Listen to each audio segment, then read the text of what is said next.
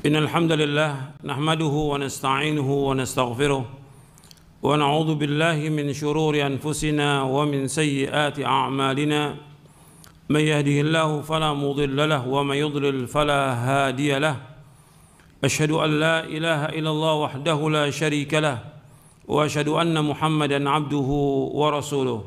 Ayyuhal ikhwah, a'azakumullah, kepada seluruh kaum muslimin dan muslimat yang mudah-mudahan dirahmati oleh Allah Taala. Alhamdulillah, kita bersyukur kepada Allah Subhanahu wa taala atas segala nikmat yang Allah karuniakan kepada kita. Nikmat Islam, nikmat iman, nikmat sehat, nikmat afiah, nikmat dijauhkan oleh Allah dari berbagai macam malapetaka. Kita bersyukur kepada Allah atas semua nikmat dengan melaksanakan perintah-perintah Allah, menjauhkan larangannya. Jadi syukur kepada Allah itu dengan melaksanakan perintah Allah, menjauhkan larangannya. Ikhwani fiddin, a'azakumullah. Pembahasan kita yang terakhir dari buku Syarah Aqidah Ahlussunnah wal Jamaah yang kita bahas setiap Sabtu pagi ini yang terakhir pembahasan kita dari rukun iman yang kelima, yaitu iman kepada yaumul akhir, dan itu sudah selesai. Kalau mau dibahas lagi lebih panjang, ya panjang berkaitan dengan iman kepada yaumul akhir, tapi kita sudah cukupkan. Dan yang harus kita ingat bahwa kita pasti akan mati dan kita pasti akan bertemu dengan Allah. Maka orang yang beriman meyakini hal itu. Kewajiban dia yaitu mempersiapkan diri untuk bekal dia di akhirat. Dan ayat-ayat Al-Quran, hadis-hadis Nabi SAW, dan juga penjelasan para sahabat banyak sekali berkaitan dengan masalah ini. Jadi iman kepada Allah, iman kepada yaumul akhir. Maka sering disebutkan dua. Man kana yu'minu billahi wal yaumil akhir falyaqul khairan aw liyasmut. Barang siapa yang beriman kepada Allah dan akhir, hendaklah berkata yang benar atau diam. Dan masih banyak lagi yang lain. Jadi iman kepada yaumul akhir ini penting sekali, karena banyak manusia yang lupa dengan kehidupan dunia ini, sehingga dia lupa bahwa dia pasti akan mati. Dan dia pasti akan dihisap oleh Allah tentang apa yang dilakukan dalam hidup ini. Dan hisap itu berat. Makanya Nabi berdoa kepada Allah Ta'ala, Allahumma hasibni hisaban yasira. Allahumma hasibni hisaban yasira. Allahumma hasibni hisaban yasira. Ya Allah, hisaplah aku dengan hisap yang mudah. Jadi masalah yaumul akhir itu masalah yang berat. Enggak boleh seorang yang beriman itu menganggap ringan. Jadi apa saja yang kita lakukan sekarang ini semua tercatat. Semua akan dibuka nanti di hari kiamat, semuanya. Apa aja, apakah itu perbuatan yang baik atau buruk, semua dia akan lihat. Faman ya'mal mithqala dzarratin khairan yarah wa man ya'mal mithqala dzarratin syarran yarah. Barang siapa yang melakukan kebaikan sedikit apapun juga, seberat zarah, pasti dia akan lihat. Kebaikan yang dilakukan sedikit aja, kecil, pasti akan dilihat. Barang siapa melakukan kejelekan sekecil apapun juga, dia pasti akan lihat. Jadi ikhwan fillah, azakumullah, orang yang beriman itu yang wajib ditumbuhkan bagi dia takut kepada Allah. Takut. Makanya kita ngaji ini harus menumbuhkan rasa takut kepada Allah. Itu harus kita ingat. Makanya Imam Ahmad mengatakan al-ilmu khasyatullah. Ilmu itu takut kepada Allah. Bagaimana kita tumbuhkan? Semakin kita ngaji, semakin kita nuntut ilmu, kita baca Al-Quran, kita baca hadis Nabi, tambah takut kita kepada Allah. Tambah takut kepada Allah, tambah kita menjauhkan perbuatan dosa dan maksiat. Orang beriman semakin diingatkan, semakin takut kepada Allah. Bukan tambah keras hatinya. Kita baca Al-Quran, setiap hari kita baca Al-Quran.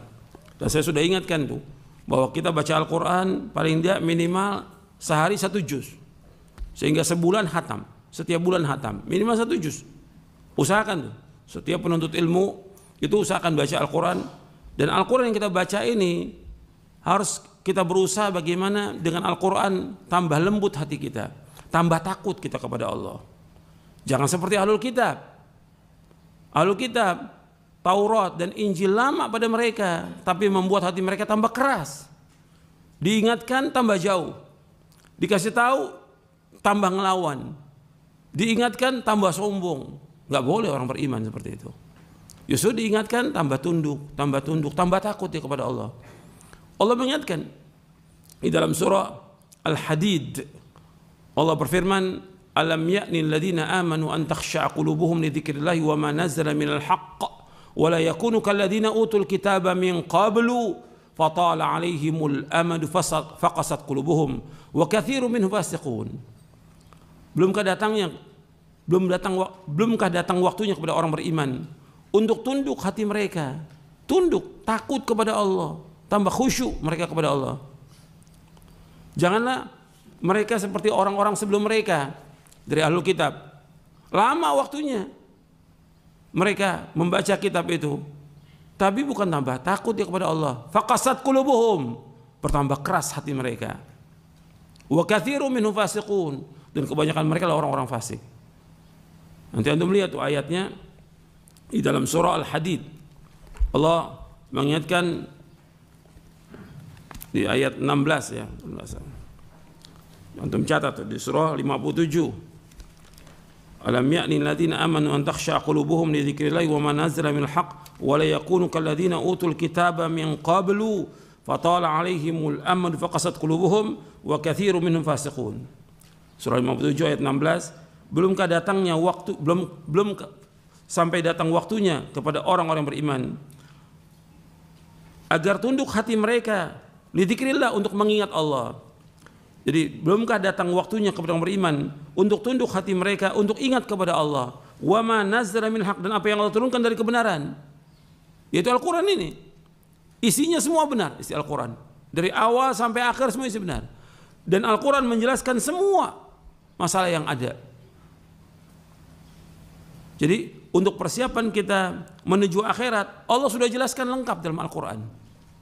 Persiapan kita untuk menghadap Allah akhirat, apa yang kita lakukan lengkap dalam Al-Quran. Bagaimana kita bermuamalah juga dijelaskan dalam Al-Quran. Semuanya lengkap. Hubungan kita dengan Allah dan hubungan kita dengan makhluk. Jadi mesti dibacakan ayat itu, ayat Al-Quran tambah tunduk. Wa man nazzalal haq, Al-Quran dan As-Sunnah. Wala yakunu kalladzina utul kitaba min qablu, janganlah mereka seperti orang-orang yang diberikan Alkitab sebelum mereka. Fatala 'alaihimul amad, lama waktunya atas mereka. Artinya Taurat itu bukan setahun 2 tahun, puluhan tahun ada pada mereka. Mereka baca itu. Injil mereka baca, tapi apa? Bukan tambah dekat mereka dengan Allah, bukan tambah takut. Di sini Allah sebutkan faqasat qulubuhum, tambah keras hati mereka, tambah jauh mereka dari Allah.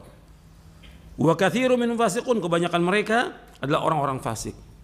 Jadi Allah sudah sebutkan di sini kebanyakan mereka orang fasik. Kita jangan begitu. Justru dengan kita terus setiap hari membaca Al-Quran, tambah tunduk, tapi betul-betul kita takut kepada Allah. Itu harus kita tumbuhkan rasa takut kita kepada Allah Subhanahu wa ta'ala. Sebab dengan takut itu kita akan berusaha bagaimana melaksanakan perintah-perintah Allah, menjauhkan larangannya. Dengan takut kita kepada Allah, kita berusaha bagaimana mentauhidkan Allah, menjauhkan syirik. Dengan takut itu kepada Allah, kita akan berusaha bagaimana kita untuk melaksanakan sunnah, menjauhkan bid'ah. Dengan takut kepada Allah, kita akan berusaha untuk tetap istiqamah di atas ketaatan kepada Allah. Istiqamah. Enggak ntar melakukan amal, ntar tinggalkan. Ntar beramal, ntar tinggal. Enggak. Justru dengan kita takut kepada Allah, kita akan terus bagaimana kita menumbuhkan istiqamah terus, konsekuen dan konsisten dan dawam di atas ketaatan kepada Allah, menjauhkan perbuatan dosa dan maksiat. Itu yang paling penting dalam kehidupan kita. Kan banyak orang yang agama ini dipakai untuk mainan. Enggak, orang awamnya, enggak dai-nya dianggap apakah untuk guyonan, untuk bercanda. Enggak boleh dalam Islam. Agama ini agama yang serius, harus sungguh-sungguh. Bab Nabi ketika menyampaikannya dengan sungguh-sungguh. Gak bisa main-main, ini agama. Dan juga gak bisa orang sekarang punya sholat berjamaah, ntar besok gak sholat, gak berjamaah lagi, ntar datang lagi, ini main-main dalam beragama. Gak bisa, karena sholat berjamaah wajib. Al-Quran mengatakan demikian dan hadis mengatakan demikian, wajib. Sampai Nabi, aku akan bakar rumah-rumah orang yang tidak sholat berjamaah. Gak bisa dibuat main agama ini, gak bisa. Ntar ke masjid, ntar nggak ke masjid. Kalau dia sudah sebagai seorang Islam laksanakan sholat berjamaah terus sampai dia mati, laksanakan itu. Karena ini wajib. Karena merintahkan demikian Al-Quran. Allah merintahkan wa aqimus salata wa atuz zakata warka'u ma'ar raki'in. Dalam surah Al-Baqarah ayat 43. Dirikanlah salat, keluarkan zakat dan rukulah bersama orang-orang yang ruku. Nggak bisa dipakai main agama ini. Nuntut ilmu demikian juga, entar datang, entar nggak datang, entar ngaji, entar nggak ngaji. Kok seperti itu? Mesti tetap continue. Bagaimana kita jaga istiqamah? Baca Al-Quran, nggak bisa kita pakai main-main. Terus rutin baca Al-Quran. Terus amal-amal soleh itu harus dawam kita lakukannya. Dan itu akan membawa bagaimana kita istiqamah, sehingga dengan itu nantinya insya Allah kita akhir kehidupan dalam keadaan husnul khatimah. Itu yang kita kehendaki. Karena perlu kedawam dulu, istiqamah dulu. Sebab dengan istiqamah itu Allah akan tutup dia dengan kebaikan. Innamal a'malu bil khawatim. Sesungguhnya amal itu tergantung daripada akhirnya. Dan ini harus semua dikerjakan dengan ikhlas. Tidak boleh riya, tidak boleh bangga dengan manusia. Tidak boleh. Kita beramal semuanya karena Allah. Apa yang kita lakukan, Allah pasti lihat. Nggak perlu diperlihatkan oleh manusia amal kita, tapi Allah pasti lihat. Tapi ada amal yang memang harus kita lakukan, disaksikan oleh manusia. Karena syiar agama Islam yang besar, seperti sholat berjamaah. Tetap kita harus datang ke masjid. Karena ini syiar agama Islam yang besar. Seperti umroh, seperti haji, itu syiar. Tapi ada amal-amal yang orang nggak perlu tahu. Dan tidak boleh tahu tentang dia sholat malam, dia puasa, dia sedekah, nggak perlu orang lain tahu. Jadi ada amal-amal yang memang harus dilakukan yang berjamaah, orang lain tahu. Tapi ada amal-amal yang nggak perlu orang lain tahu, dan itu harus disembunyikan. Dan betul-betul kita jaga keikhlasan kita supaya amal kita diterima. Karena banyak orang-orang yang beramal yang dia ria, di hari kiamat dibuka oleh Allah nggak ada amalnya. Karena apa? Ria, dia tampakkan kepada manusia. Bahkan dengan sebab itu dia diazab oleh Allah. Naudzubillah. Nasallallahu alaihi wasallam. Jadi ini masalah iman kepada yaumil akhir, meskipun sudah selesai, tapi tetap kita berusaha bagaimana kita mempersiapkan diri kita untuk menuju akhirat. Itu kita harus jadi anak-anak akhirat, kata Ali bin Abi Thalib radhiyallahu anhu. Jangan jadi anak dunia. Kata Ali bin Abi Thalib radhiyallahu anhu arda, kunu abna'al akhirah wa la takunu abna'ad dunya. Fa innal yawma amalun wala hisab wa ghadan hisabun wala amal. Hendaklah kalian menjadi anak-anak akhirat, jangan jadi anak-anak dunia. Sekarang yang ada ini adalah amal, tidak ada hisab. Nanti besok di hari kiamat yang ada hisab, tidak ada amal lagi. Disuruh kita menjadi anak-anak akhirat, jangan menjadi anak-anak dunia. Bukan berarti kita tidak bekerja, tidak usaha, tidak dagang, tetap wajib. Kita mencari nafkah wajib. Tapi kita ingat bahwasannya mencari nafkah itu wajib sekedarnya. Jangan habis waktu kita untuk cari nafkah. Jangan habis waktu itu untuk kerja. Allah menciptakan kita untuk apa? Ibadah kepada Allah. Wa ma khalaqtul jinna wal insa illa liya'budun. Tidak aku ciptakan jin dan manusia untuk beribadah kepadaku. Kita diciptakan untuk ibadah, bukan untuk bermain-main.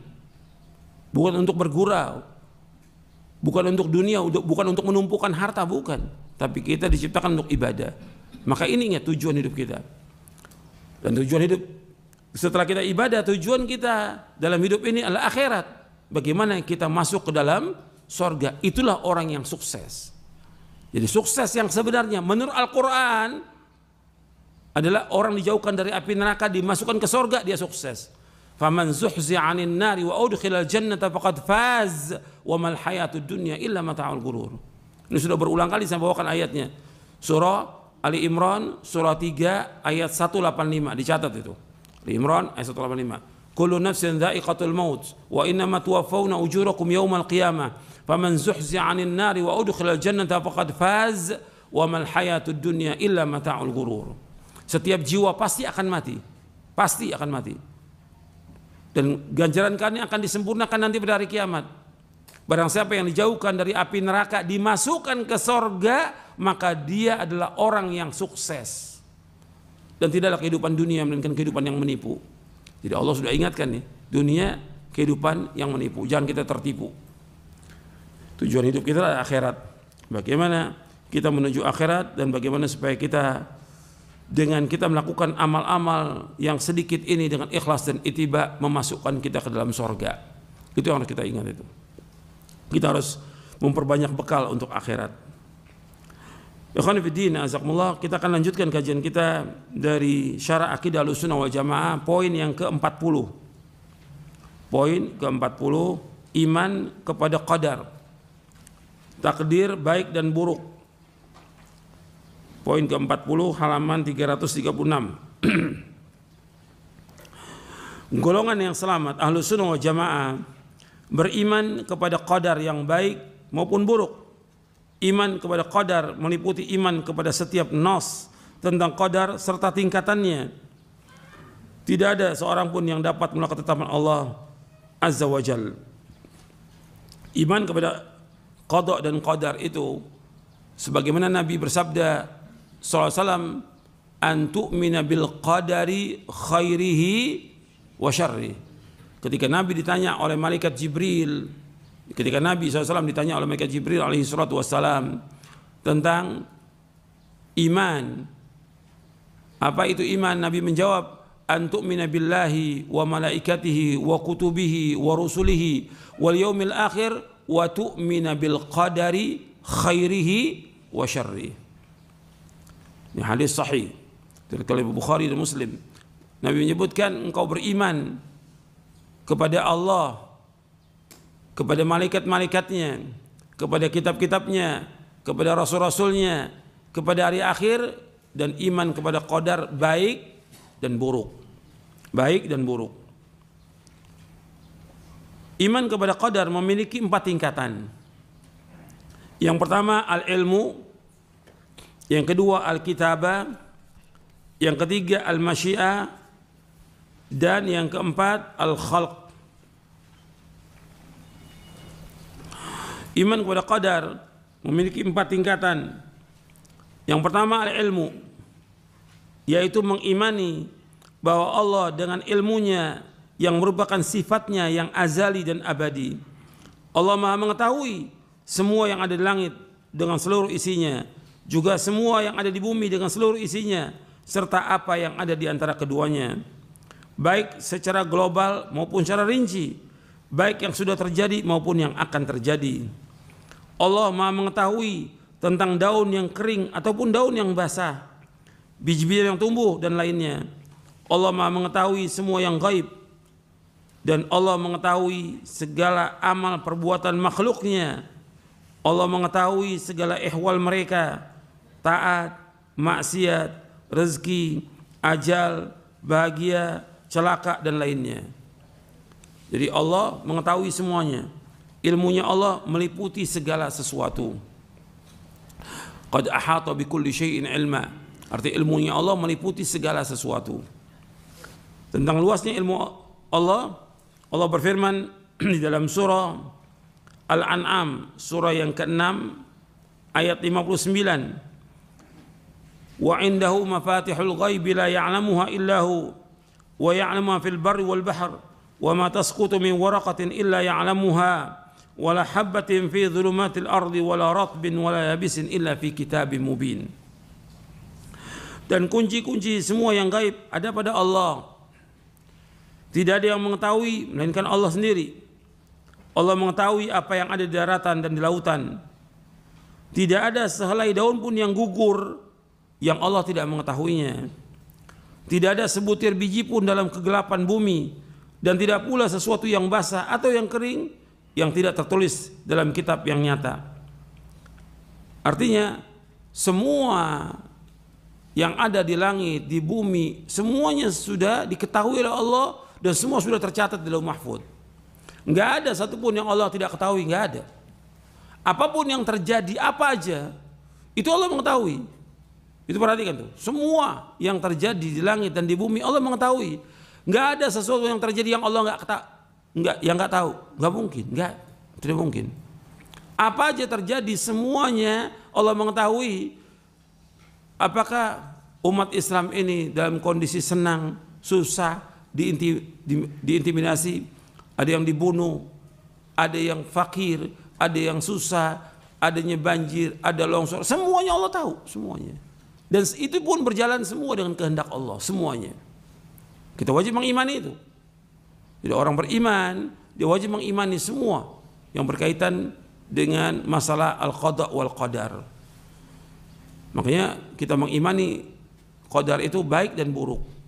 Jadi Allah mengetahui. Makanya ketika kita ini susah, sulit, sakit, Allah tahu atau tidak? Tahu. Yang memberikan cobaan itu siapa? Allah. Jadi ngadukannya kemana? Kepada Allah.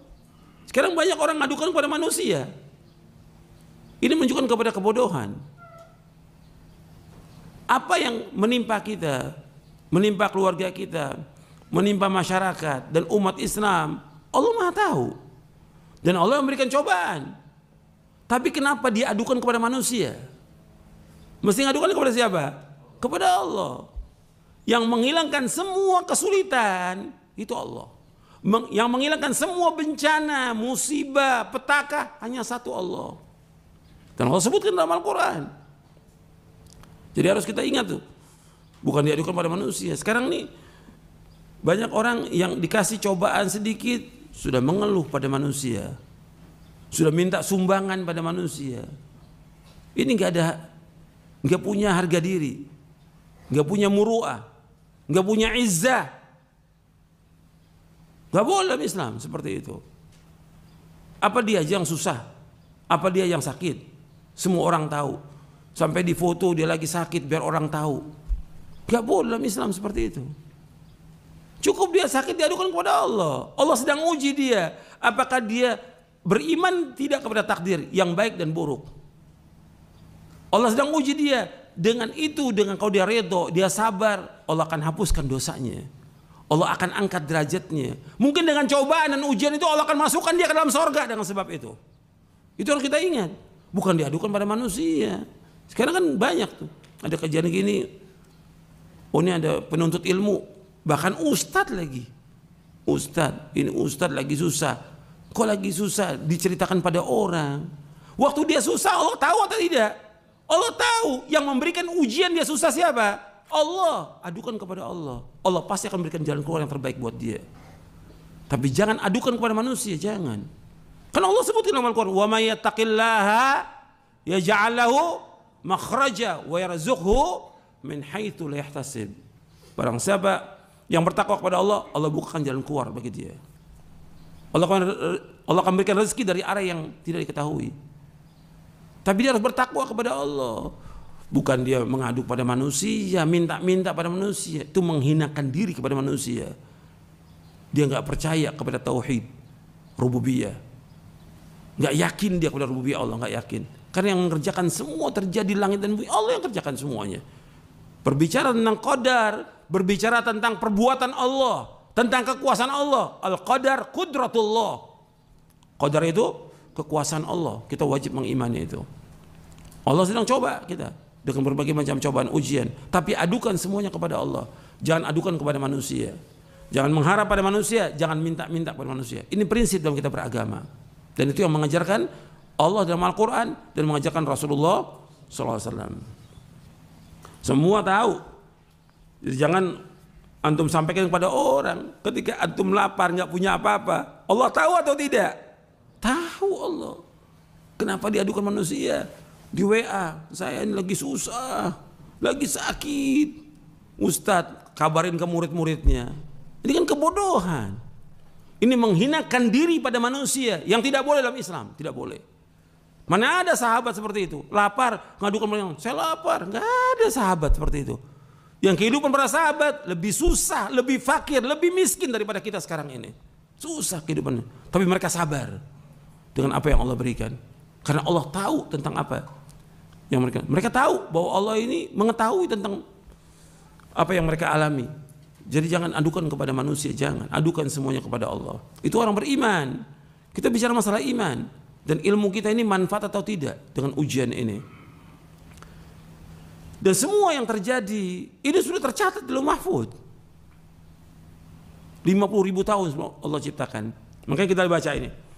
Nggak akan berubah sudah. Apa yang di Lauh Mahfuz tidak berubah. Tetap seperti itu. Yang hanya tahu, hanya Allah. Nggak ada yang tahu. Nabi-nabi, Rasul nggak ada yang tahu. Yang Allah tuliskan di Lauh Mahfuz. Yang kedua yaitu Alkitabah.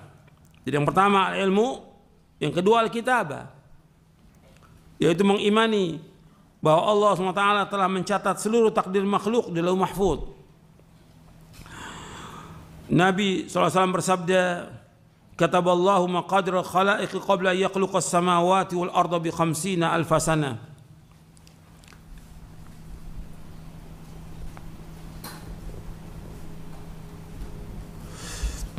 Kataballahu maqadir al-khalaiq, Allah telah menulis, kata Rasulullah SAW, Allah telah mencatat seluruh takdir makhluk qabla an yakhluqa as-samawati wal arda bi 50 alf sanah. Allah telah mencatat seluruh takdir makhluk 50.000 tahun sebelum Allah menciptakan langit dan bumi. Hadis ini sahih, diriwayatkan oleh Imam Muslim, Tirmidzi, Ahmad, Abu Daud, At-Tayalisi dari sahabat Abdullah bin Amr bin As radhiyallahu anhuma. Nabi SAW juga bersabda, inna awwala ma khalaqallahu al-qalam. Qala uktub, qala rabbi wa madza aktub? Qala uktub maqadira kulli syai'in hatta taqum as-sa'ah. Nabi SAW bersabda, yang pertama kali Allah ciptakan adalah qalam, yaitu pena. Lalu Allah berfirman kepadanya, tulislah. Ia menjawab, wahai Rabbku, apa yang aku harus tulis? Allah berfirman, tulislah takdir segala sesuatu sampai terjadinya kiamat. Hadisnya sahih, riwayat Abu Daud, Tirmidzi, Ibnu Abi Asim kitab As-Sunnah, Al-Ajurra min Asy-Syari'ah, Ahmad dalam musnadnya, Abu Daud At-Talisi dari sahabat Ubadah bin Samit radhiyallahu an. Hadis ini sahih. Jadi suruh tulis tentang seluruh takdir makhluk. Jadi semua sudah tercatat ini. Apa yang terjadi, apa yang akan terjadi, enggak ada satupun yang terluput dari ilmunya Allah, dan enggak ada yang terluput dari apa yang Allah sudah catat di Lauh Mahfuz. Jadi kita sekarang ini yang kita lakukan ini semuanya sudah tercatat di Lauh Mahfuz, semuanya. Sampai manusia masuk surga, masuk neraka, Allah sudah catat semuanya lengkap. Tapi tidak ada sesuatu pun yang tahu. Gak ada. Malaikat-malaikat gak ada yang tahu. Hatta Rasulullah SAW juga tidak tahu. Apa yang Allah sudah catat di Lauh Mahfuz, tidak tahu. Jadi gak ada yang tahu seperti ini. Ini hanya Allah yang tahu. Ilmunya hanya Allah yang tahu. Allah berfirman dalam surah Al-Hajj ayat 70, alam ta'lam anna Allah ya'lamu ma fis sama'i wal ard, inna dzalika fi kitabin, inna dzalika 'ala Allah yasir. Tidaklah engkau tahu bahwa Allah mengetahui apa yang di langit dan di bumi? Sungguh yang demikian itu sudah terdapat dalam sebuah kitab, yaitu Lauh Mahfuz. Sesungguhnya yang demikian itu sangat mudah bagi Allah. Artinya Allah mengetahui semua yang di langit, semua yang di bumi, semuanya. Nggak ada satupun yang terluput. Tadi sudah kita bahas tentang ayat dalam surah Al-An'am ayat 59. Antum bisa bayangkan, nggak ada satupun daun yang jatuh di seluruh dunia ini, melainkan Allah tahu daun yang jatuh, daun yang kering, daun yang basah, biji yang tumbuh, semua tahu. Jadi apa yang ada di langit, di bumi, di dalam lautan, semuanya Allah tahu. Nggak ada yang terluput dari ilmunya Allah. Nggak mungkin ada sesuatu yang Allah tidak ketahui. Tidak mungkin. Kenapa? Ilmunya Allah meliputi segala sesuatu. Dan semua yang terjadi di langit dan di bumi, semua sudah tercatat di Lauh Mahfuz. Semuanya. Apa aja? Seperti yang sekarang, terjadinya gempa, longsor, banjir. Itu sudah tercatat 50.000 tahun sebelum Allah menciptakan langit dan bumi. Sudah tercatat semuanya. Gitu. Makanya itu harus kita ingat bahwa Allah Maha mengetahui semuanya. Semuanya tercatat Lauh Mahfuz. Nggak ada satupun yang terjadi yang tidak tercatat. Tidak mungkin, nggak mungkin. Semua sudah tercatat. Karena yang mengatakan demikian Allah dalam Al-Quran dan juga Rasulnya Sallallahu Alaihi Wasallam. Allah juga berfirman dalam surah Al-Hadid. Dalam surah Al-Hadid ayat 22, ma asaba min musibatin fil ardi wala fi anfusikum illa fi kitabin min qabli an nabra'aha inna dzalika 'ala Allah yasir likay la ta'saw 'ala ma fatakum wa la tafrahu ma atakum wallahu la yuhibbu kulla mukhtalin fakhur. Di surah Al-Hadid ayat 22 ayat 23, saya tulis di situ ayat 22-nya. Tidaklah musibah, bencana yang menimpa di bumi dan yang menimpa dirimu sendiri, semuanya telah tertulis di Lauh Mahfuz. Itu dalam kitab, itu Lauh Mahfuz sebelum kami mewujudkannya. Inna dzalika la yasir, yang demikian itu mudah bagi Allah. Likai la ta'sau ala ma fatakum, supaya kalian tidak berduka cita dengan apa yang terluput dari kalian. Wala tafrahu bima atakum, dan supaya kalian tidak bergembira dengan apa yang kalian peroleh. Wallahu la yuhibbu kulla mukhtalin fakhur, sungguhnya Allah tidak menyukai orang-orang yang sombong dan angkuh. Artinya Allah sudah menciptakan semuanya dan Allah sudah takdirkan semuanya sebelum Allah menciptakannya. Dan itu mudah bagi Allah supaya manusia tidak bergembira dengan apa yang dia peroleh. Karena apa yang dia peroleh, apa aja yang diperoleh, itu suatu waktu juga akan hilang. Pasti akan hilang dan lenyap. Dan juga tidak boleh dia berduka cita terhadap apa yang luput. Nggak boleh berduka cita dengan apa yang luput bagi dia. Apakah meninggalnya orang tua dia, anaknya, istrinya, suaminya, atau hartanya, atau dia bangkrut atau yang lainnya. Jangan duka cita. Karena Allah sudah takdirkan demikian. Dan apa yang Allah takdirkan buat kita, itu yang terbaik buat kita. Jadi semua sudah tercatat di Lauh Mahfuz. Oleh karena itu, apa yang telah ditakdirkan menimpa manusia tidak akan meleset darinya. Dan apa yang ditakdirkan tidak mengenai manusia, maka tidak akan mengenainya. Sudah kering tinta pena itu dan sudah ditutup semua catatan. Ini dalam hadis yang sahih yang diriwayatkan oleh Imam Ahmad, Tirmidzi dan yang lainnya. Takdir ini mengikuti ilmunya Allah. Takdir ini mengikuti ilmu Allah, baik secara global maupun rinci. Pertama, bahwa Allah Subhanahu wa taala telah mencatat dalam Lauh Mahfuz segala sesuatu yang dikehendakinya. Sedangkan apabila Allah menciptakan janin ketika mencapai 4 bulan, maka Allah SWT mengutus kepadanya seorang malaikat yang diperintahkan untuk mencatat 4 hal, yaitu tentang rezekinya, ajalnya, amalnya, serta celaka atau bahagia. Ini hadis sahih riwayat Bukhari dan Muslim. Artinya ketika janin itu berumur 120 hari di perut ibunya, ditiupkan ruh, ya 120 hari itu ditiupkan ruh, maka dicatat itu semuanya, rezekinya, ajalnya, amalnya, serta celaka atau bahagia. Jadi sudah tercatat. Orang beriman kalau sudah mengetahui ini, tenang dia. Makanya dikatakan oleh para ulama salaf bahwa mengimani qadar itu yudhibul hamma wal gham. Beriman kepada qadar itu menghilangkan kesusahan, kesedihan, kegundahan, akan hilang itu. Mengimani itu. Sudah ajal. Jadi kalau ada yang meninggal, ya sudah ajal, nggak usah takut. Ada penuntut ilmu meninggal, ada ustadz meninggal, ada syekh meninggal. Ya berarti udah apa ini? Sudah ajal, sudah waktunya. Nggak usah ditakuti. Dan kita pun akan apa? Mengikuti mereka. Kan ketika kita ada yang meninggal, kita ucapkan apa? Inna lillahi wa inna ilaihi raji'un. Sungguh kita milik Allah dan kita akan kembali kepada Allah. Berarti kita ini milik Allah semuanya. Yang sudah meninggal dan kita pun akan kembali kepada Allah. Makanya ketika kita masuk ke pemakaman, yang kita ucapkan apa? Assalamualaikum ahlad diyar minal mu'minin wal muslimin wa inna insyaallah bikum lahiqun. Nas'alullah sama. Saya ulangi lagi.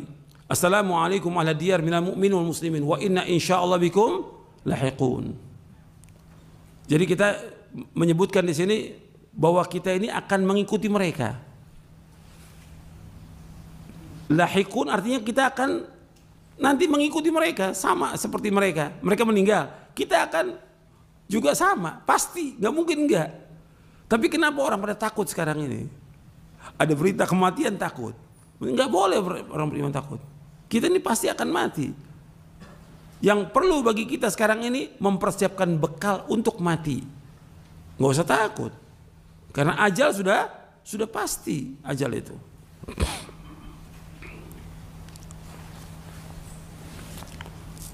Jadi setelah kita menyebutkan bahwa kita ini akan kembali kepada Allah, bahwa kita akan ikut, kita minta kepada Allah, nas'alullah lana wa lakumul afiyah. Kita minta kepada Allah untuk kami dan kalian al-afiyah.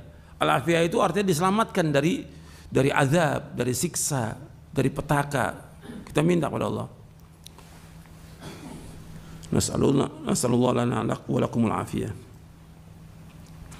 Kemudian selanjutnya, kemudian yang harus diketahui oleh setiap muslim bahwa kita wajib mengimani qada dan qadar yang baik dan buruk, manis dan pahit. Qada dan qadar merupakan rahasia Allah yang tidak diketahui oleh seorang pun dari makhluknya. Dan kewajiban kita adalah mengimani dan beramal sesuai dengan perintah Allah Subhanahu wa taala dan Rasulnya sallallahu alaihi wasallam.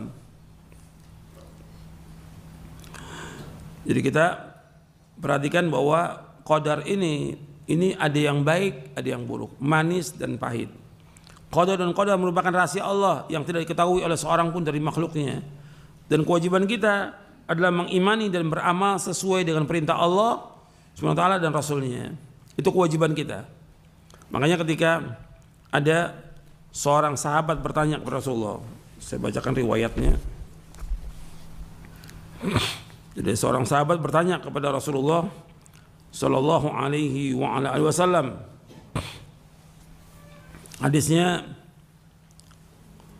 dari Jabir bin Abdullah radhiyallahu anhuma.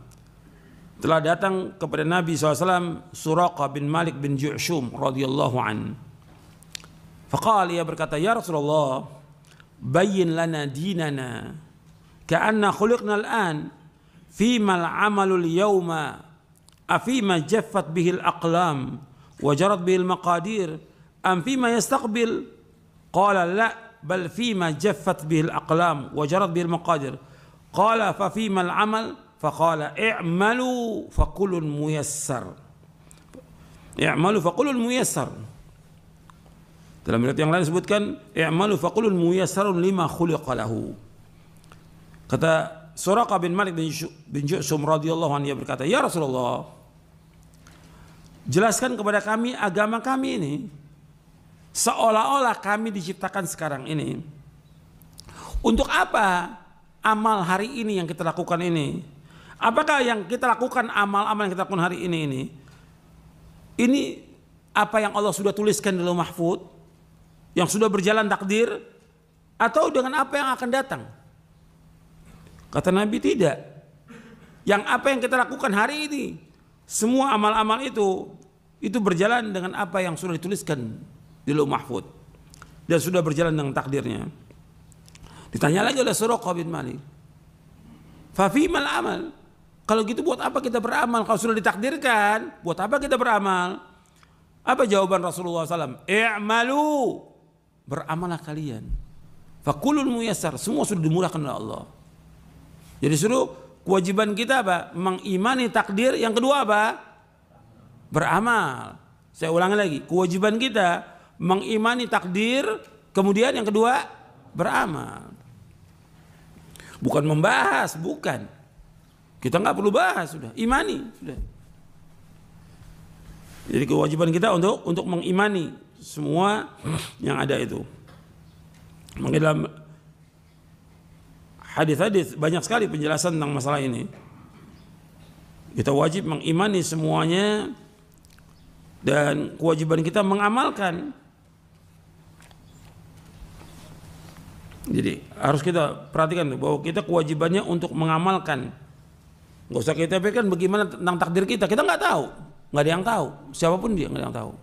Tapi kewajiban kita mengamalkan, karena Allah sudah jelaskan dalam Al-Quran, Nabi sudah jelaskan, jalan yang membawa manusia kepada kebahagiaan sudah jelaskan lengkap, jalan yang membawa manusia kepada celaka, ke neraka sudah dijelaskan lengkap dalam Al-Quran dan Sunnah Nabi yang sahih, lengkap semua. Al-Quran ini kitab petunjuk hidayah. Al-Quran ini hudan linnas, hudan lil muttaqin. Disuruh baca, pahami, diamalkan. Gitu. Bukan untuk dilakukan, bukan, tapi untuk diamalkan. Jelas yang membawa manusia ke surga sudah jelaskan lengkap. Yang membawa manusia ke neraka sudah jelaskan lengkap. Semua lengkap sudah. Nggak ada yang terluput. Makanya agama Islam ini sudah sempurna.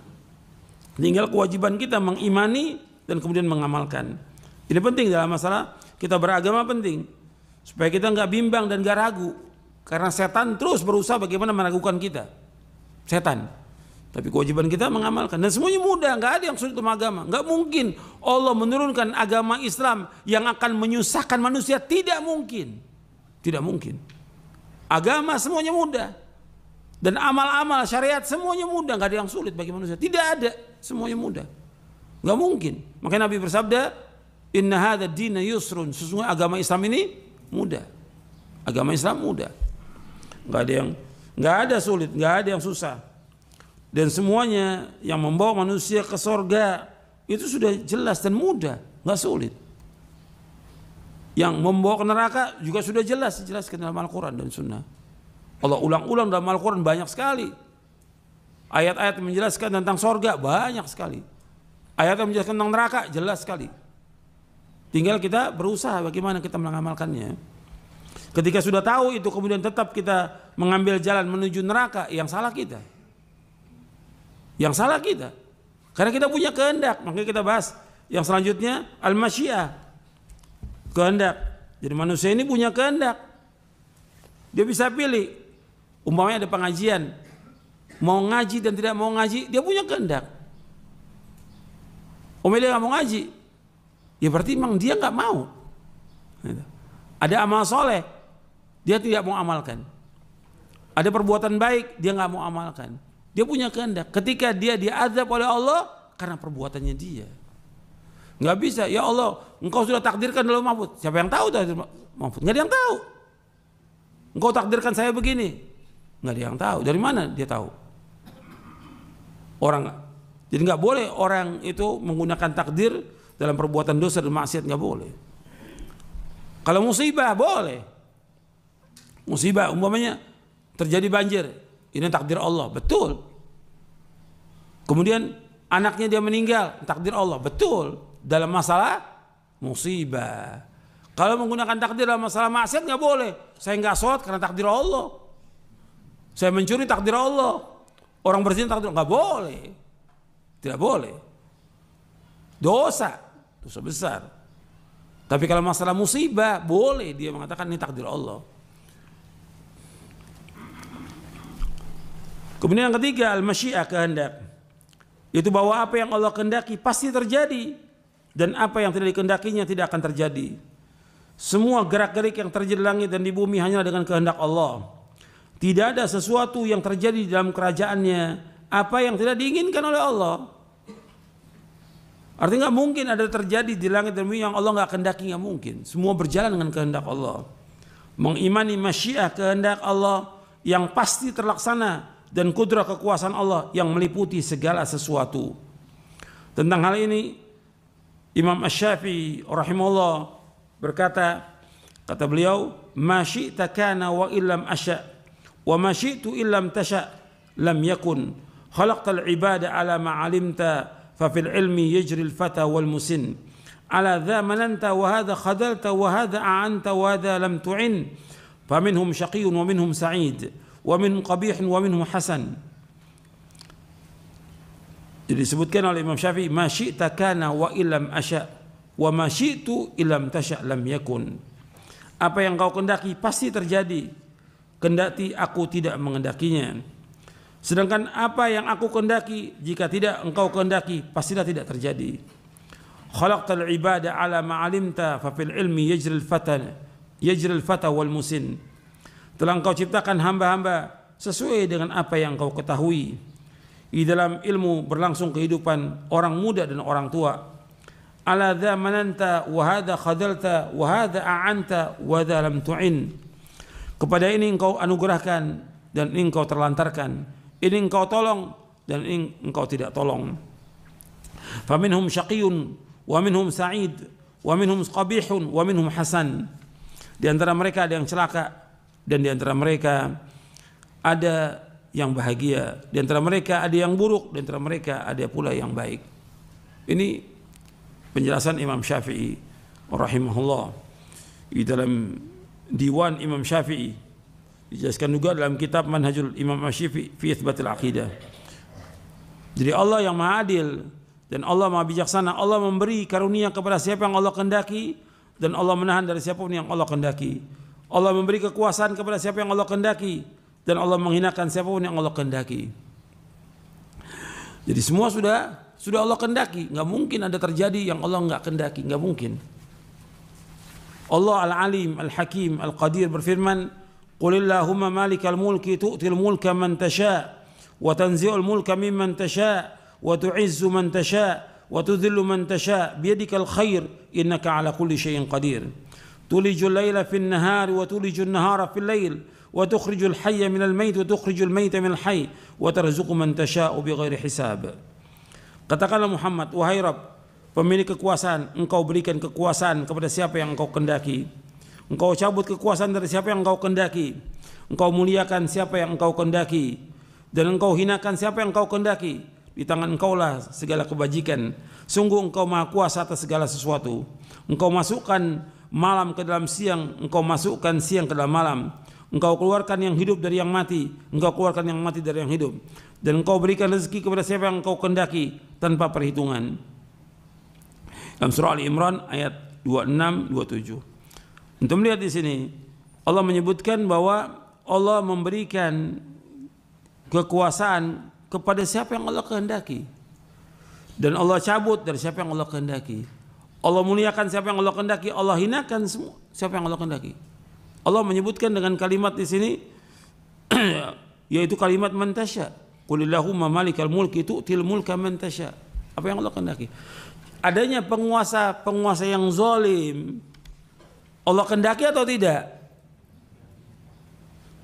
Saya ulangi lagi. Adanya penguasa yang zalim, Allah kehendaki atau tidak? Allah kehendaki. Allah yang kehendaki. Tentunya apa yang Allah kehendaki banyak hikmahnya, banyak hikmahnya. Adanya Firaun, ya Allah yang kehendaki ada Firaun. Adanya iblis, Allah yang kehendaki adanya iblis. Adanya orang kafir, Allah yang kehendaki adanya orang kafir. Tapi semua ada hikmahnya. Dan semua perbuatan Allah itu baik semuanya. Kenapa? Allah ciptakan itu ada kehendak yang lain. Gitu. Ada yang murni baik diciptakan oleh Allah, seperti malaikat murni baik, nabi-nabi murni baik. Tapi ada yang diciptakan memang jelek, murni jelek, seperti iblis, orang kafir, murni jelek. Tapi Allah yang menciptakan, Allah yang menghendaki. Seperti itu. Tapi ada hikmahnya. Makanya ketika bicara kekuasaan, Allah memberikan kekuasaan kepada siapa yang Allah kehendaki. Kadang-kadang kekuasaan orang-orang yang zalim itu lama. Bisa puluhan tahun. Firaun zalimnya luar biasa. Mengatakan dirinya sebagai Tuhan. Tapi tetap ada dakwah dari Nabi Musa dan Nabi Harun alaihissalam. Dan tetap dia demikian sampai dia mati dalam keadaan kafir. Seperti itu.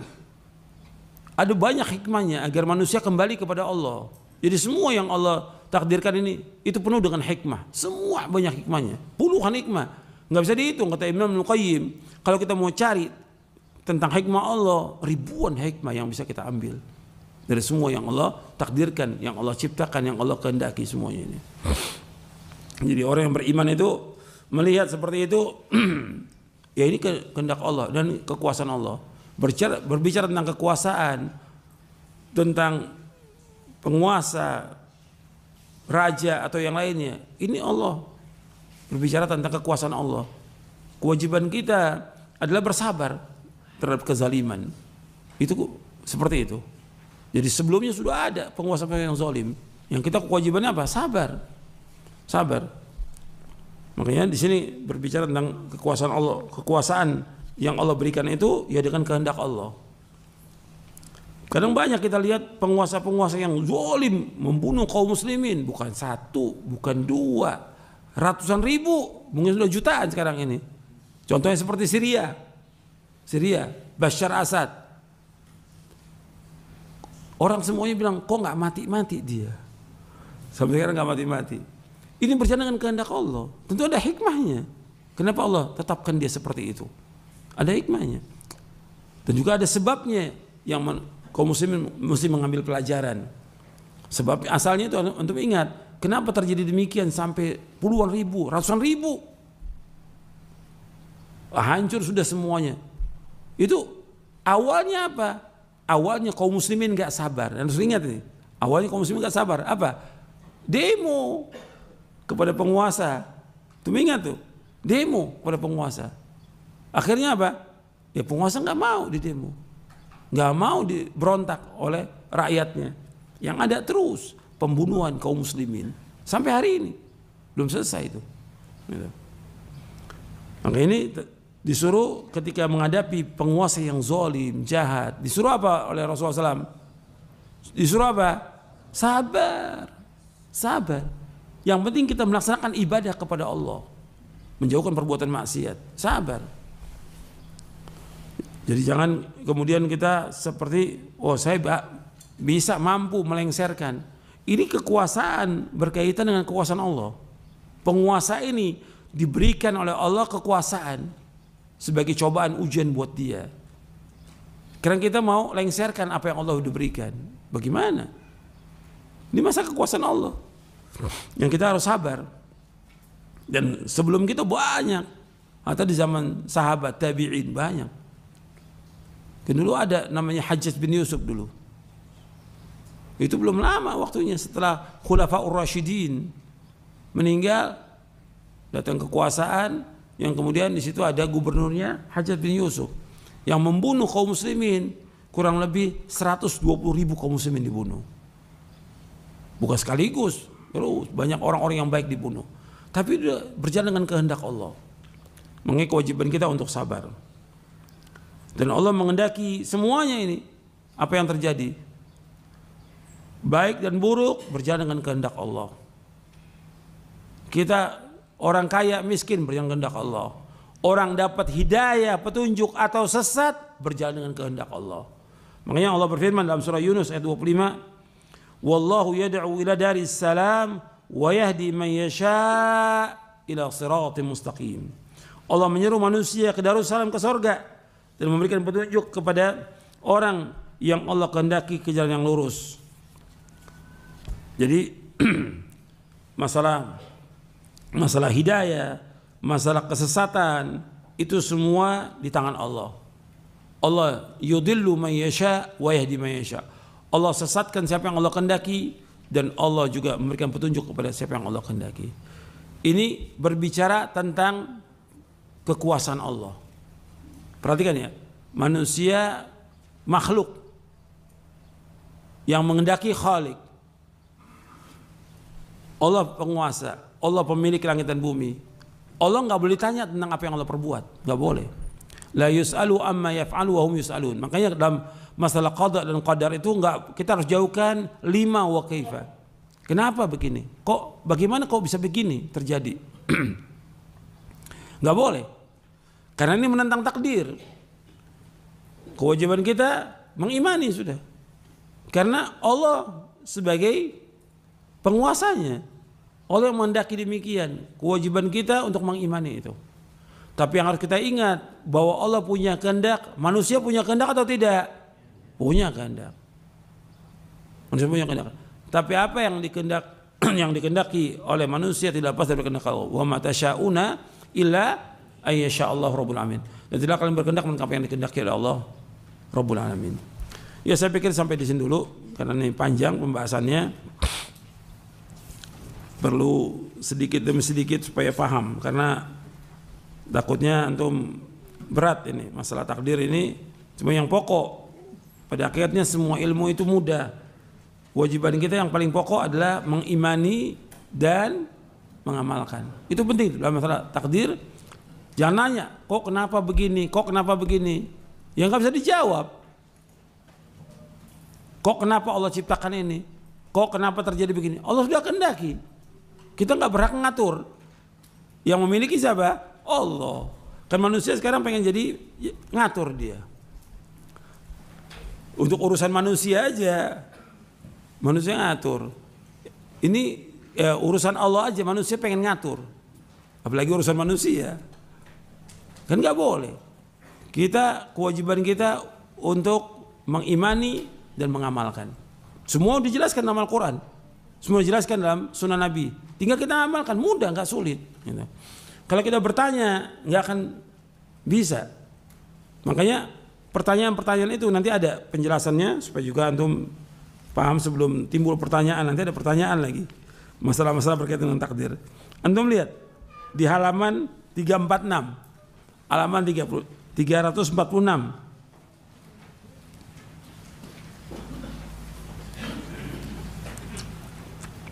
Kata Imam Abu Ja'far At-Tahawi rahimahullah yang wafat tahun 321 Hijriah, beliau berkata, takdir adalah rahasia Allah. Takdir adalah rahasia Allah yang tidak dapat diketahui oleh hambanya. Tidak dapat diketahui oleh hambanya. Tidak dapat diselidiki baik oleh malaikat yang dekat dengan Allah ataupun nabi yang diutus. Memberat-beratkan diri, itu takalluf, untuk menyelidiki hal itu adalah jalan menuju kehinaan. Terhalangnya ilmu dan membawa kepada sikap melewati batas dan penyelewengan. Waspada dan berhati-hatilah terhadap seluruh pendapat, pemikiran dan bisikan-bisikan yang jelek tentang takdir. Sesungguhnya Allah Jalla Jalaluhu telah menutup ilmu tentang takdirnya agar tidak diketahui oleh makhluknya dan melarang mereka untuk mencoba menggapainya. Allah berfirman, la yus'alu amma yaf'alu wa hum yus'alun. Allah tidak ditanya tentang apa yang Allah kerjakan, tetapi mereka lah yang akan ditanya. Barang siapa yang bertanya, kenapa Allah melakukannya? Kenapa Allah berbuat begini? Kenapa Allah buat begitu? Maka sungguh ia telah menolak hukum dari Al-Quran. Dan barang siapa yang menolak hukum dari Al-Quran, maka ia termasuk orang kafir. Dalam syarah akidah At-Tahawiyah. Makanya hati-hati. Kita jangan bertanya, kok kenapa begini, kenapa begini? Sudah, terima apa yang Allah yang kehendaki. Jadi ya, pemilik itu nggak ditanya sebagai gampang untuk ilustrasi yang gampang. Ya, sekarang antum punya ayam 100. Antum punya ayam. Yang ini dipotong, yang ini nggak dipotong. Punya hak nggak tuh ayam? Kenapa saya dipotong? Kok ini nggak? Punya hak nggak ayam nanya? Nggak punya hak. Atau yang punya kambing dia 10. Dipotong yang 2 dipelihara, yang 6 dibiarkan. Yang 2 yang dipotong, kok kenapa saya dipotong? Kok yang itu nggak dipotong? Punya hak nggak dia? Nggak punya hak. Itu supaya gampang, ya, supaya gampang. Ketika kita sebagai pemilik nggak berhak dia untuk menanyakan. Sekarang langit, bumi kita ini milik siapa? Milik Allah. Kan kita sudah mengatakan inna lillahi wa inna ilaihi. Kita milik Allah dan kita akan kembali kepada Allah.